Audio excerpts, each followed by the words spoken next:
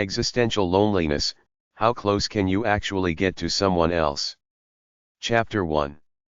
How close can anyone get to anyone else? How close can you get to other people? 1. I'm not looking for deep, intimate perfection, I just want a true friend. I can walk with anybody but only for a while and not too close because this is the nature of the human beast. Everybody walks alone. There is no equality among people. In any situation, there's always a conflict between those with the power and money versus those without it. Love is a part of life, but it's not necessarily the be-all, end-all, although it could be. The key is doing whatever it takes to keep yourself inspired and happy day by day, and a lot of this is done alone, some is done for love. If you can have both, things you love to do and love with a few others, that's great. If you can share whatever it is you love to do with others out of love for the process and love for them, that's the greatest way to be, but not necessary to live a great life. There are soloists around who live great lives by following the flow within themselves without sharing it with anyone but themselves. Nobody is a total island. In your dealings with people in the real world, the more positive and sociable you are, the more you stay inspired and the more you reap their goodwill onto you. Wherever you go, whatever you do, all people will judge you by your good, easygoing nature, your pleasantness, friendliness, the sociability in your aura and gentleness or lack of it. Most people are aware enough to know that other people are just minor concepts to the solitary paths they travel every day, but what separates the well-liked person from the neutral or not liked one is your ability to be a friend, a light-hearted buddy, a show of support, an inspiration, and a light versus an aloof person with a reserved nature keeping it all in, or someone with a negative attitude, criticizing everything. If you make pleasant small talk, help and support the people around you, whoever they might be, you will have friends and the day will go much easier simply by virtue of exchanging this positive energy between you. If you exchange your thoughts and inspirations with whoever you might be with, you feel more connected to the human race and people tend to like you for being a positive force, sharing yourself, being a part of the spirit of life in some way. I've found this works just like releasing the natural energy inside. The more I connect with other people and feel connected to the tribe of humanity, the more inspired I feel about my life in general, but just like the process of releasing the natural energy within, it's a transient thing that has to be nourished all the time in order to keep that inspired feeling going.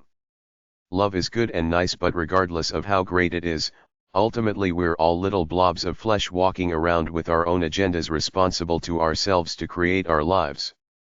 We can share parts of our lives with other people, but it only goes so far, and the rest is you all by yourself trying to live by that vision in your head.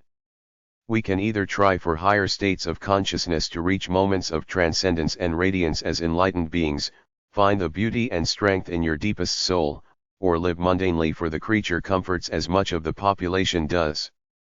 The thing about people in general is that there's such little kindness and consideration in the world that when you slow down, offer a pleasantry or help someone in need, whether by pure compassionate intention or a conscious effort to try to be a good human being for political intent to get something you want out of the deal, you will almost always get reciprocal return, and sometimes even more.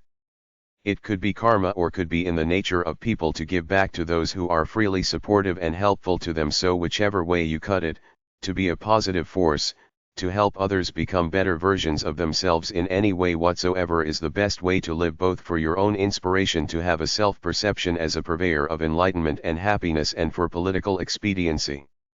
You need all the allies and friends you can get wherever you go. Whatever you do as a matter of course to maximize your position is good for you, so the way to do this is by being positive to whomever you're with. As social beings, one of our desires is to find a few kindred spirits and maybe a soulmate to share the journey with, because life is so solitary by virtue of the fact that we're always alone, stuck in our heads, so it's nice and comforting to connect with other like-minded souls here and there to break up the monotony, feel you can relate to other souls in an intimate spiritual way and get strength, enjoyment, fun, friendship, and inspiration from them. People in general will only care about you if you care about them. That's the way to get loving and friendship. Show people you give a damn about them by giving them your ear, your time, your inspiration, your strength, your wisdom, your help, your beautiful fun self, and they will give it back to you by the law of reciprocity. Kindred spirits and soulmates will like you for you regardless of reciprocity, but you have to appease other people by giving them something in exchange for their superficial friendship, which is the way most relationships work anyway, stuck at some light-hearted level of casual contact, which is good enough most of the time because most people are not kindred spirits or don't want to get too close because they're moving too fast, stuck in their own lives, which comes down to the melodramas and personal little fantasies in their heads, just like you have your little melodramas and fantasies in that solitary bubble known as your life. The best you can do with others is share easy time together and show them you can relate to their headspace here and there, whatever it may be. How close can you get to other people? 2. Always search for your innermost nature in those you are with. Rumi. My perception of humanity is basically a bunch of loners walking around, each stuck in their own heads, all of us detached from everyone else, understood by no one, deluding ourselves into thinking we're tightly connected to others, which is really very rare because we're existentially alone by birthright and only connect with other souls for brief moments here and there as we go through our solitary lives. You've generally got some kind of social mask on which hides your real self, plus the fact that most people are thinking about themselves from their own perspectives even when they're talking to you, so this is the way we live, alone in our thoughts most of the time, even while we're having deep conversations with others. The best you can hope for is a deep hug from someone who loves you for you. Touching communication is way more profound than conversation, which becomes almost meaningless when you get to my age, because I know all talk is cheap entertainment, just like TV. People generally say what they feel is expedient at the time with very little conviction or sincerity there. If you don't strive to honor yourself, you can't righteously love other people with all the flair you've got, because there's something missing inside, you in control of your soul. Conversely, if you're connected to your soul, you usually feel pretty good, and part of an enlightened life is to reach out, connect with others, pass some of your love, inspiration, and joy onto them so that they can do the same to you. I believe most people don't marry for love, it's for something else, like social pressure and the social ritual which pushes young people to get married by 25 years old. I see so many people get married while they're still unsure of themselves as human beings, people who haven't given themselves much time to explore their lives, find out what they're really all about, so this emptiness will always plague them until and unless they confront themselves, find their souls and live by them. This is my observation based on most of the young people I see settling down. They're still not happy with themselves as individuals, but do it because it's the cultural way. Then most will either get divorced or end up living stuck, mundane lives, not doing what they really want to do. Just like Roberts Browning, the poet, said, "Oh, make us happy and you make us good," so it goes with life. Seek out happiness within yourself, find it, and you will automatically become a more loving, kinder person than you could have been without taking the proverbial hero's journey and finding yourself. Many couples, who you'd think would be the tightest group in humanity, don't even know each other all that well, as I found when I conducted my sexual insights survey in my exploration of love, sex, and romance. Their self-perceptions, the way they saw themselves, the way they thought about their partners, the way their partners thought about them, and the way they thought their partners thought about them were all off consistently with most people, meaning the way you see your partner is often different than the way they see themselves. The way you think your partner sees you is often different from the way they see you, and vice versa. I found these results by asking couples a bunch of questions about each other, and almost always, their answers about what they thought of each other were different. Most people think more highly of themselves than others do, and rarely think they have flaws, while the people around them are all critics, having dissected them down to all their weaknesses. The only way you get true love is if you can lay comfortably with someone at night and both feel it. We have a public side which we show to the world and a private side which we dare not reveal to anyone else. My opinion of love is that it starts with the most natural thing in the world, loving yourself. Only people who reach a high sense of self-love can be great lovers, because they're aware enough to know this is what they want and will seek love purely for its own sake, being as honest as they can, not less pure motives like cultural brainwash, social acceptance, immaturity, insecurity, loneliness, a meal ticket, in love with the idea of being in love, etc. You must have your soul as your base first, then look to connect with a worthy soulmate equal, not like most people do, getting married before they've figured their lives out because of the cultural pressure to do so, ending up with all kinds of disharmony within themselves. Chapter 2. An Existential Loneliness Guide. Existential loneliness, the human condition. We are all alone. We are all united that way, in being alone. Naked and alone we came into exile. In her dark womb we did not know our mother's face, from the prison of her flesh have we come into the unspeakable and incommunicable prison of this earth. Which of us has known his brother? Which of us has looked into his father's heart? Which of us has not remained forever prison pent? Which of us is not forever a stranger and alone? Thomas Wolfe, Look Homeward Angel. The eternal quest of the individual human being is to shatter his loneliness. Norman Cousins, Mind-Body Pioneer. The universe is true for all of us and different for each of us. Marcel Proust. Being truly alone is exhilarating. Explorer in some desolate area on TV. The tremendous fact of our isolation, of the loneliness impenetrable and transparent, elusive and everlasting, of the indestructible loneliness that surrounds, envelopes, clothes every human soul from the cradle to the grave and perhaps beyond. Joseph Conrad, an outcast of the islands. We are all made up of fragments, so shapelessly and strangely assembled that every moment, every piece plays its own game. And there is as much difference between us and ourselves as between us and others. Montaigne, Essays. Even between the closest of souls, there are infinite distances. In the song I Am, I Said, Neil Diamond says he doesn't like the sound of being alone. That's a nice sentiment, it makes us human, but the truth is we are all alone, stuck in our heads, detached from everybody else regardless of how close we might get to them intimately. We're still a bunch of loners by design, each living our own unique journeys known to none but us alone as individuals. I have been in love before, but it faded because I was a nobody in the world and had to prove myself and earn a living, so in the process, I sacrificed true love, but I still want it and crave it because I know it's real. I've felt it, but it's rare and I haven't felt it for several years. I currently live in a house with several people.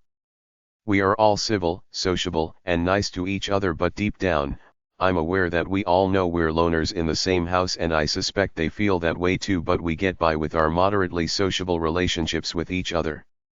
Still, this is not the soulmate love we really want. Even with my best, closest friends, I have no idea of how they spend the minutes of their days or what's in their private thoughts, nor can I penetrate the facades we all have when communicating with other people, so I accept life as is, know that soulmate connections are nice, but live mostly alone, stuck in my own thoughts, which I feel are pretty good because I don't try to censor myself like most people do. Existentialism is the philosophy created by Albert Camus, Friedrich Nietzsche, and Jean-Paul Sartre that says we're all loners and we never will truly know another, so we're stuck in our heads and life is our unique ride of time as a series of experiences. Jean-Paul Sartre said in Nausea, "Man can will nothing unless he has first understood that he must count on no one but himself, that he is alone, abandoned on earth in the midst of his infinite responsibilities, without help, with no other aim than the one he sets himself, with no other destiny than the one he forges for himself on this earth." Fritz Perls, creator of Gestalt therapy, penned the Gestalt Prayer, which could easily double as the existentialist prayer. I am not in this world to live up to your expectations. And you are not in this world to live up to mine. You are you and I am I. And if by chance we find each other, it's beautiful. If not, it can't be helped. We spend a lot of our energies trying to get perfectly intimately connected to one great lover in what is called a soulmate, and maybe a few friends, our children, and relatives too, but mature people know that very few relationships are perfectly intimate all the time. They're more like the song Circle, written and sung by the late folk singer Harry Chapin, where he says that life is a circle and relationships are a circle, going round and round, getting close and deep with our lover, then losing this intimacy for one reason or another, going around the circle to get close again, then losing the intimacy once more, and this is what life is, a series of up-down cycles with your lover, so the lesson is clear. If you can't be perfectly intimate with the one great love of your life, it just goes to prove there are significant differences between all people, which is what existentialism means. Everybody experiences life from their own unique, solitary point of view that no one else will ever share or understand. Existential loneliness is the empty feeling some of us get because we're alone, stuck in our heads, always solitary no matter how close we get to anybody else, because we can never share our true complete selves with another person, partially because it would be too embarrassing if we were honest enough to share our innermost feelings with anyone else, and partially because it's impossible anyway. We all live our lives as a unique experience of a human life, different from anybody else's, unknown to anyone else. This is the reality of life. Accept it. Accept your relationships despite their limitations and move on with your journey of finite time. Sure, strive to satisfy your need for love and intimacy, but always know it will not fulfill you perfectly simply because it's your life alone in your head. So the first rule is to focus on making yourself happy alone as is, because that's all you ever really own anyway. And if you're messed up by not being comfortable in your own skin and look to another person's love to fill you up, it won't work, because another person can't give you a strong sense of identity. You only get that through your own efforts by living your life true to yourself, such that you're happy standing alone in the world. If you reach this level of enlightenment and mastery, then you have something solid to offer another person, such that the two of you together can increase your mutual happiness by sharing a part of your lives with each other. But you're still mature enough to know your journey will always be alone, experienced from your unique perspective in your head. Despite being in a great love affair, you still have to wake up every morning to live with yourself and do whatever it is you do to stay inspired and happy about life. Nobody else can do this for you. This is what existentialism means. If you're wise, you will accept it as part of your life and not succumb to feelings of existential loneliness, which a lot of people can't do because they've been conditioned by society to be neurotic if they're not in a perfect lovey-dovey relationship. On a more romantic and idealistic level, all our movies and all our religions are about love. I personally have experienced soulmate love and have had kindred spirit relationships throughout my life, so I'm not a cynic. I believe in soul connections among people. I sense people's hearts very shortly after meeting them. If I sense someone who I'll call an aesthetic, someone motivated by the same intrinsic love of life as me as opposed to capitalism, I will like that person and possibly befriend them and help them if the situation warrants it. It's these connections among people I perceive as kindred spirits that I value. With all the rest of the people of the world, I will be civil to them, but we might as well be on different planets because I feel no spiritual aesthetic, kindred spirit connection with them. An old friend once told me that we're all connected by virtue of being human.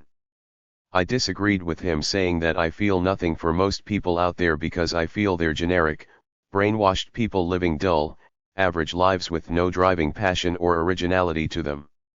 I am civil to them, but I feel no inspiration or love from them or for them. I know this sounds arrogant, but my job in this book is to be honest. That's what every true artist is by definition, arrogant enough to believe that his or her ideas are better than everyone else's, which is why he or she lives for them regardless of what the world says or how much it rejects his self-perception of being a great, original thinker with pioneering ideas. I suppose that's why people like me can get by relatively happy being alone. I know my truth is king, I live by it, and I don't particularly care what the rest of the world says.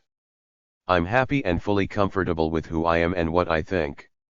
I get sentimental for a soulmate like the ones I've been with in my past, but I can handle it either way, with or without a soulmate. Most people go through life without connecting with a true soulmate. They marry someone less than a soulmate and adapt to each other to the point of comfortable complacency, which is what most people are anyway, comfortably complacent. It ain't exactly like meeting someone with a strong, inspired passion for life itself. Most people are average. Average is good enough for them. Perfect intimate relationships are rare among average people because there is no passion for life there, so why would there be passion for love? A few people get to live out love affairs that are almost perfect over a lifetime, but they're far and few between, easily less than 1% of the population.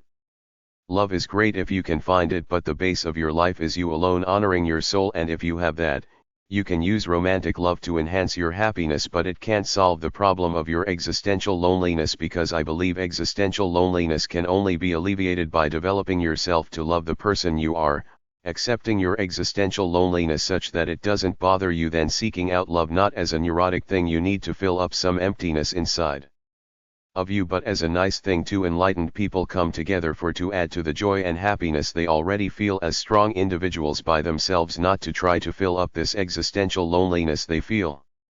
Rumi, the Sufi philosopher from the 13th century, said there's a piece of him by himself he has to honor and understand that has nothing to do with anyone else on the planet. This is your base in your soul. Make it strong, then work out from there, not the other way around, seeking out love to fill the emptiness you feel within. The older I get, the more mature my relationships get with other people. When I was 22, I used to crave companionship and felt lonely if I didn't have a friend or two around to reassure me that I was emotionally connected with some other people on the planet. But as I've aged, I've grown to realize we're all alone by the law of existentialism. There's nothing I can do about it, so I might as well be comfortable in my own skin. Friendships are nice, romantic love is nice, but they're not desperate needs I have anymore because I'm aware of their limitations. On the day I die, it will be alone in my head, passing into the ether. The world won't skip a beat. It won't bother me. Gilligan's Island will still be in rerun somewhere. The world will go on. I will have had my ride and move on to either another dimension or permanent sleep. Either way, I'm mature enough to face it alone. If we can culture our lives to be happy as is, then we can take a mature attitude to relationships to enhance the identities we already have inside, but we alone are responsible for creating our lives and culturing a sense of happiness and peace within ourselves. I still get lonely, but I don't feel a strong need to be perfectly understood and loved by another human being anymore like I did when I was younger. The best I can do is to honor myself and fulfill my divine duty that was placed into me when I was born, and if I get some love and friendship beyond that, then it adds to the happiness I already have in my unique journey alone in the world, but I'm not neurotic about it. Existential loneliness, the human condition too. And so the night goes on. I am alone, with no one to truly see what I mean in a face-to-face conversation. All the people I've ever met had something wrong with them, and there's literally thousands of them. No amount of unconditional love could turn them normal. I'm running out of possibilities here. Maybe there's something wrong with me then. I'm tired of fighting, asking, probing, observing, and not being able to share properly. It's a doomed existence, and I'm here to watch. Whatever happened to love, compassion, and understanding? Where on earth, hell, has the internal beauty gone? Is all this bickering ever going to end? When you have been stripped of all your illusions, when you have nothing left to believe in, there is no one there at all but yourself. It felt rather like falling endlessly in icy, black, meaningless space. No rhyme nor reason, no truth, nor beauty, no anything that I had ever believed in could be seen anywhere. Kafka. I am just one single, solitary, lone being in the darkness, and there really and truly might never, ever, be anyone or anything in existence of real love, truth, and beauty. No human being can really understand another, and no one can arrange another person's happiness. Graham Greene, The Heart of the Matter. I don't get lonely and fall to pieces because I've accepted the existential condition of life, that I will always be responsible for my own life. Even though I've reached the state of enlightenment in my life, many people are stuck on the need for intimacy to fill up the existential loneliness they feel, which is why the search for love will never go out of style. In fact, many people searching for love are neurotic wrecks because they've been brainwashed into thinking that love will fill something up inside of them and solve all their problems, but, of course, it won't, because first and foremost, they're individuals and they have to culture a sense of comfort within themselves before they can go off and have a mature relationship with someone else without being overly dependent or overly smothering.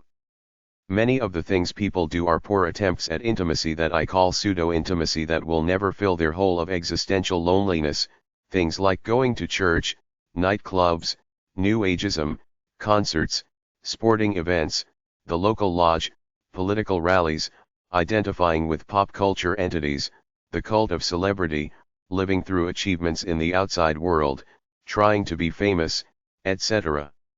All these things are an attempt to fill the emptiness within with a reassuring paternal feeling that you belong to something greater than yourself, a sense that you're connected to the communal tribe in a spiritual way and all is alright with the world, but it's all temporary, an illusion to the real you because you always end up alone, stuck in your own thoughts. No matter what you do out in the world, you always end up having to deal with yourself alone, so if you want to live a full, enlightened life, you have to take the journey of the soul, find it, then go with peaceful self-acceptance and inspired action from it for the rest of your life. The inside world as your base is always your only sanctuary, and until you understand that the outside world can't fill you up and never will, you will always feel some kind of emptiness within, a dull feeling way down deep that you know there's something missing inside even though you may not know what it is. It's your soul talking to you through your subconscious mind, the voice within telling you to stay cool, this is as good as it gets, so don't sweat it when you start feeling lonely, that nobody understands you. You're already living a great life compared to people with real problems. If you've got a roof over your head and aren't feeling any pain today, consider yourself lucky and don't get too deep about feeling lonely and alienated because it should be a non-issue. Thank your lucky stars that you got life without pain and leave it at that. If you find a soulmate and a few friends you can connect with here and there, you're ahead of the game. Life is kind of like watching a movie by yourself in a cabin on a moving train with the door open, eventually headed one way down a dead-end cliff. People can come past, look in and check it out, but generally don't stay because they got their own movies in their own cabins which they like better, and the conductor, who represents the influences of the world, keeps shooing them away from the door anyway. So this is the way I see life. It's my movie, I'm the only one who can watch it and the only one who wants to watch it. People can check it out for a minute or two here and there, but they're off watching their own movies, and that's the way it really is, just like those existential philosophers said. If you're lucky, you might find a lover to share the cabin with you, but very few of us ever find true soulmates, somebody who will gladly share the same bed with us forevermore, love us unabashedly and fit like a second skin. This is mostly relegated to fantasies. Most couples live more like roommates rather than a constant, ongoing torrid love affair. We may connect here and there at intensities ranging from about 10 to 80% romantic intimacy, but very few of us get hot, intimate love and feelings at 90% all the time, or even once a week or once a month for that matter. You can act phony all you want and give off the impression that you're tight with some illusory, glamorous in-crowd somewhere, but in reality we're all little islands sailing through life alone, stuck in our own heads, unable to share them with anyone else. Great writers and poets occasionally break through and express what's really going on in the soul of man, but for the most part, we're all solo artists going through with a superficial exterior. People generally don't want to hear your life story because they got their own story to worry about, and they just want easy time when they're with you. No miserable woe is me stuff or some deep psychobabble about the architecture of your soul. They just want a bit of ease, shooting the breeze for entertainment's sake, catching a buzz, maybe making love or having sex, then back to our solitary lives for a while. The eternal quest of man seems to be to fill the loneliness within somehow, to find connections, be it through creative work, the search for perfect love, or any of the many cheap illusions out there.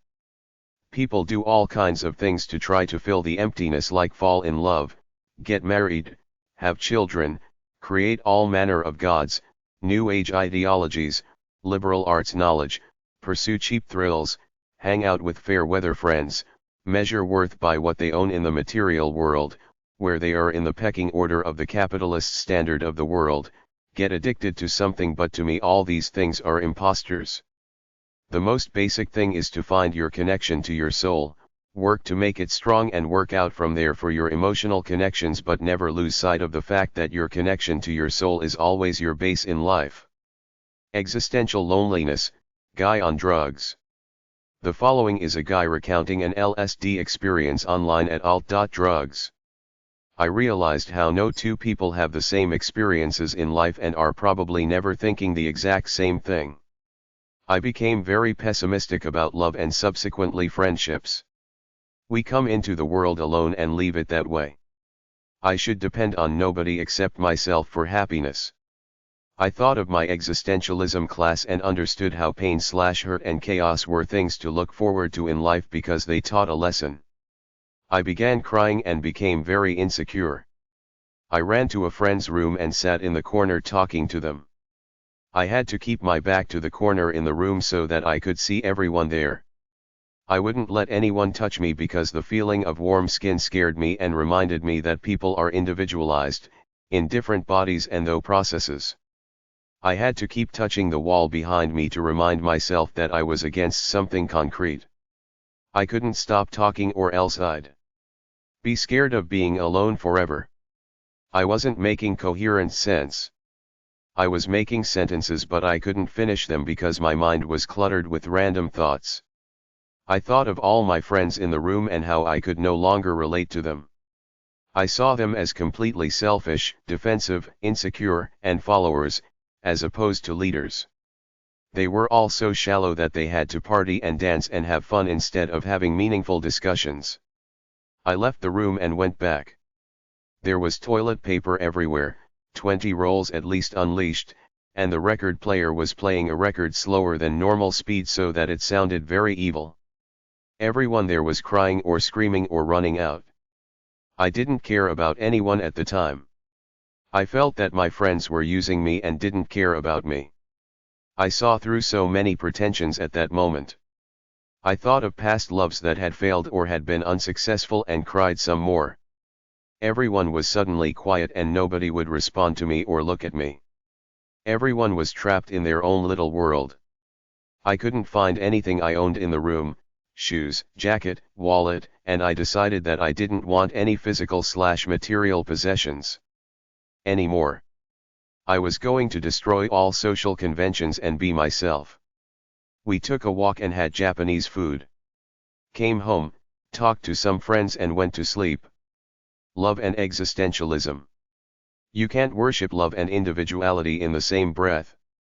D.H. Lawrence. Fill each other's cup but drink not from one cup. Give one another of your bread but eat not from the same loaf. Sing and dance together and be joyous, but let each one of you be alone, even as the strings of a lute are alone though they quiver with the same music. Khalil Gibran, the Prophet. When one is a stranger to oneself, then one is estranged from others too. And Maro Lindbergh. What it comes down to is that love is only a cover for some kind of underlying poverty of spirit and the couple is a way one can be alone in the company of another person, occasional brief moments of blessed respite. Françoise Giraud, Women and Men, A Philosophical Conversation, 1993. In any event, love is the highest thing we humans have to shoot for. Lonely Ed. You will never be able to read someone else's mind, not even after 50 years of marriage.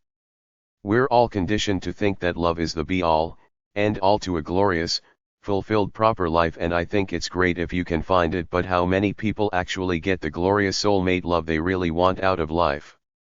The fact that the odds are against finding great love should not and will not dissuade most people from looking for it.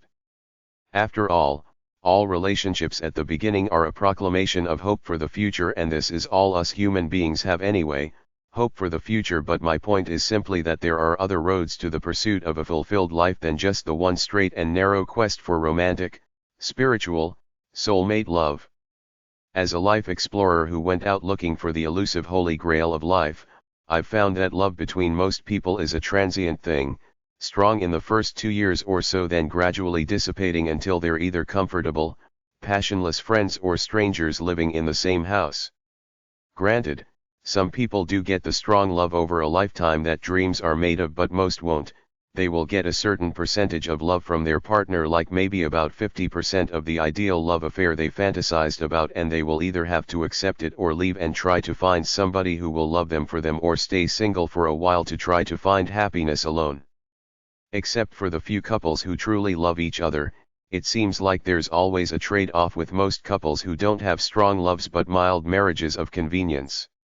It could be worse, but it could be better.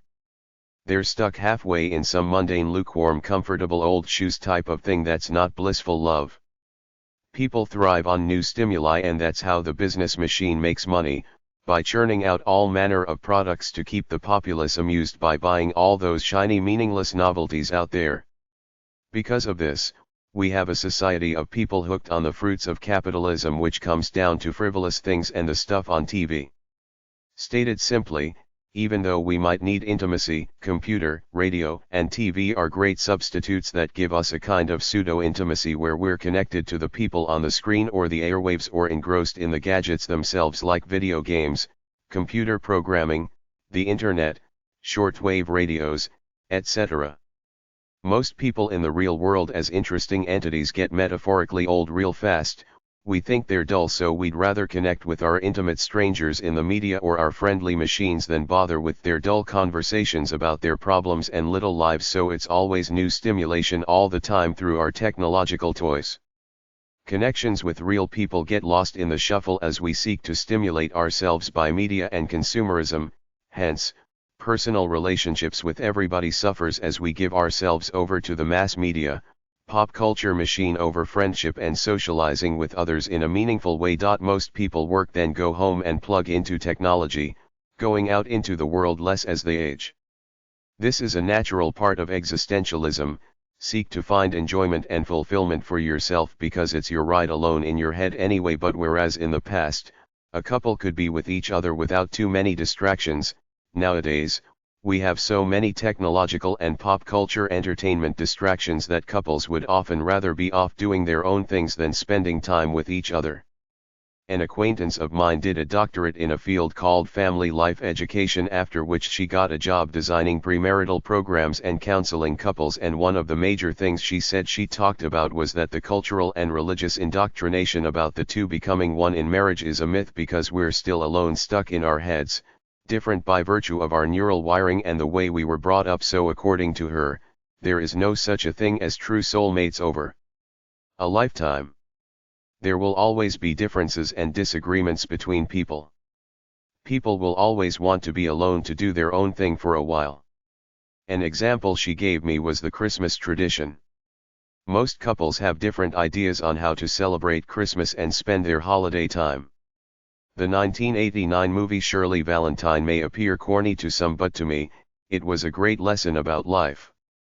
This woman sought happiness by pursuing love and family, but when it never satisfied her, she went to a Greek island and had an affair. But that wasn't what gave her true happiness. It was a feeling that she felt good and free inside because she discovered what was good and right for her, and only after that was she really able to appreciate love for what it was, even with all its limits. If you want deep loving connections with at least one other person, much less several, you have to connect with each other intimately all the time, mean it, talk about deep things and try to understand each other over and above living to honor your soul, which is your most basic level of a base in your life.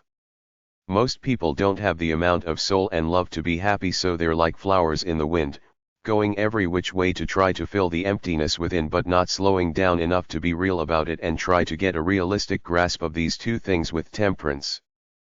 People desperately need intimate connections to fill up their feelings of aloneness in the world, but no matter what you do, you can't fit like a second skin with anybody. Everybody has an agenda and problems different from you. Everybody goes their own way, so warm, soppy feelings with loved ones come and go. There's no permanence there. It's still you alone having to be your own base, even if you're the most loved and worshipped person on the planet.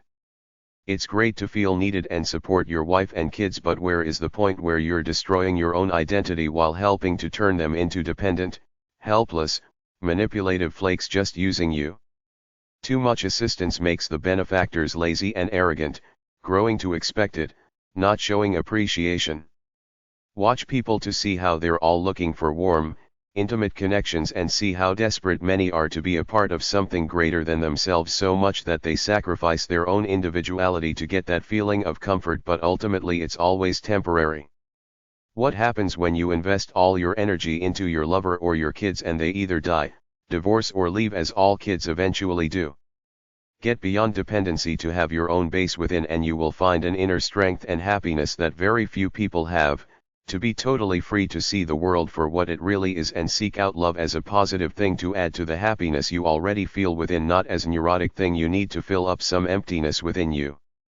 Millions of people seek out romantic love to fill themselves up, then have kids but don't understand why they still feel empty, so they get divorced or seek out other things to try to fill themselves up like booze, golf, or extramarital sex, when the solution is simple: live out a free lifestyle until you reach a point where you understand your life, then move on and explore romantic love if you want, but never lose sight of the fact that your first loyalty is to your soul, which is your own personal battle within of peace of mind and inspiration versus loss of self, knowing what you have to do to stay inspired and stable in an otherwise mundane, cruel world.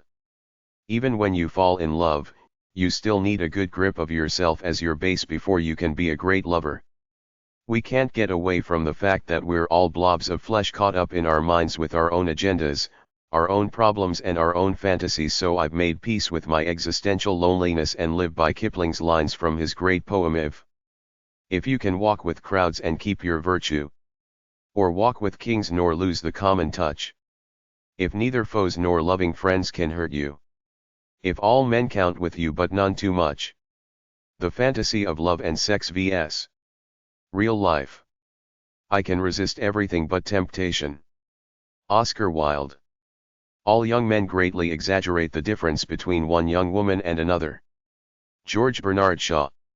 He told her he loved her for her mind, until he found out that sex was the furthest thing from it. I was listening to a radio show on CBC, cbc.ca, Writers and Company, where they were talking about the life and times of Edith Wharton from the 1870s to the 1930s.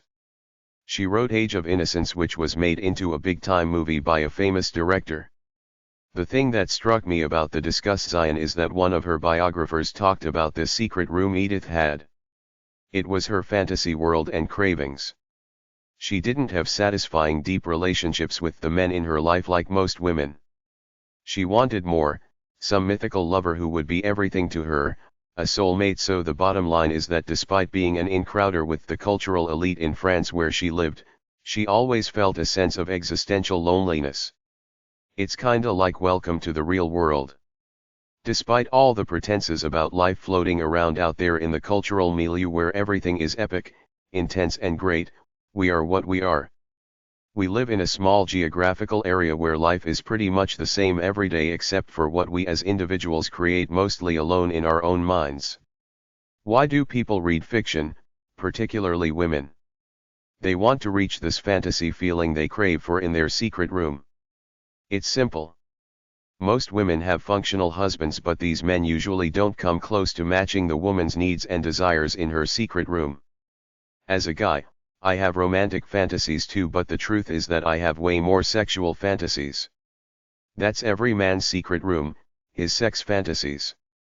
I think it's the testosterone coursing through our veins. I can't help it. It's who I am, an untamed slut, at least in the privacy of my mind, but if you talk to me in a generic social context you'd never know it because I'm civilized. I wear my pro-social face when I'm out amongst social company. Testosterone is the sex hormone for both men and women, but men have a lot more of it. Solomon had a total of 1,500 wives and concubines, but according to the Song of Songs in the Bible he wasn't happy until he fell in love with the Queen of Sheba. I wonder how he dealt with his sexual thoughts and fantasies after that. They were still there. This is the big rift for men. How do you deal with your sexual thoughts after you get married? One woman can't possibly satisfy all your sexual whims even if she is the most creative, sensual woman around. Men have to purge their sexual energy. Some women have to too. You can't expect anyone to stop releasing their sexual energy on their own through self-pleasuring after they marry. Men have way too much sexual energy to purge just with their girl exclusively. Some Christian women say men who use pornography and go to strip bars are cheating on them. You have to live in real world. We each have secret rooms inside of us that no one will ever know. You have to live and let live. Most people will not get the great fantasy soulmate love they want in life. Just be thankful for what you got and live day by day. The mass media, Pop culture world has destroyed us with these super perfect fantasies of an ideal life, but life doesn't really work that way. It's imperfect and goes along day after day based on how you create it. It's not a perfect picture frozen in time. You don't reach a certain state of life where you have X number of kids or make X amount of money where everything will be perfect. Life is created every day. The secret room is just one part of it. Accept it, honor it, but give most of your energy to the real world you're living in.